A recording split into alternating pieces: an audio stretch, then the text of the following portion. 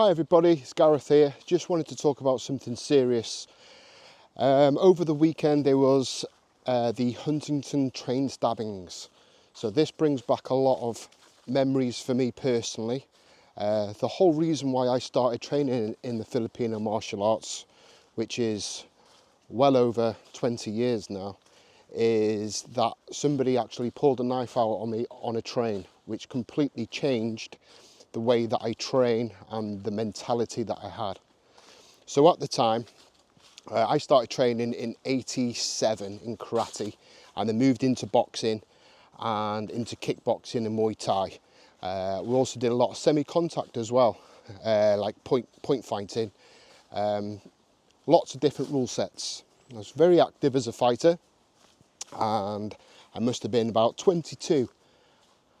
And this, I can only describe him as a crackhead, really, pulled a knife out on me on a train.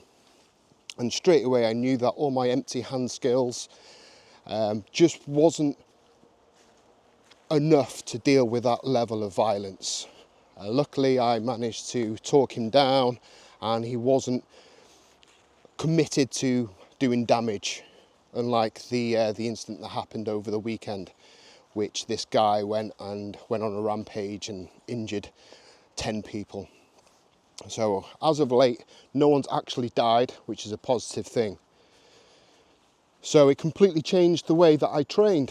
So I started looking into more weaponry, edged, impact weapon, and through all my research, the Filipino martial arts came top of the list.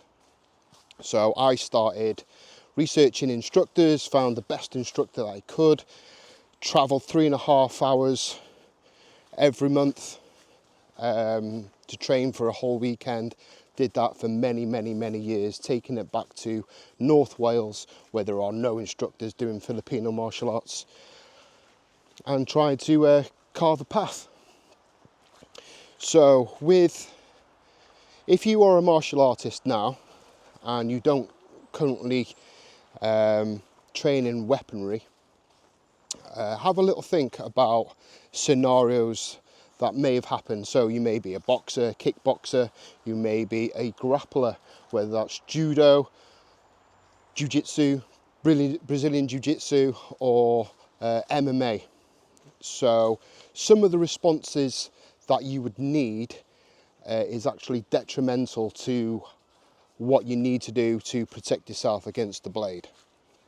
So I believe that the martial arts, the future of martial arts will become a little bit more rounded.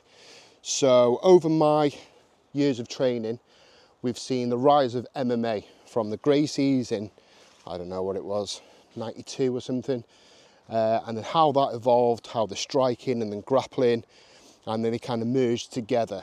So having this sports type where it's just one person versus one person in a controlled environment, it is great, it's fantastic. But there is another element that you may need to consider, which brings you a little bit more rounded. So you'll definitely need your striking, your grappling, and some weapon-based training.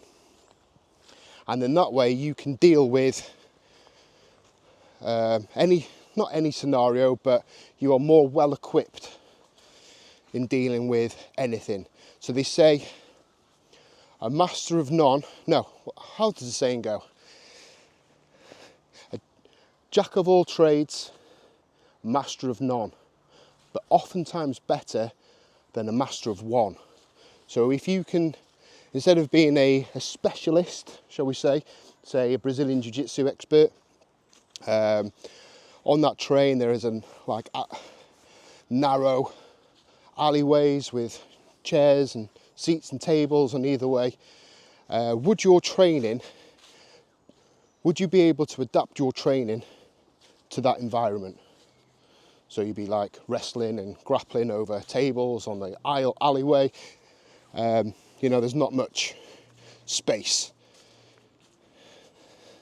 So it's always something to consider, and as we get older and evolve through our training and our experiences, it's good, I think, to expand and try and broaden your martial art experience through the grappling, through the striking and through the weaponry.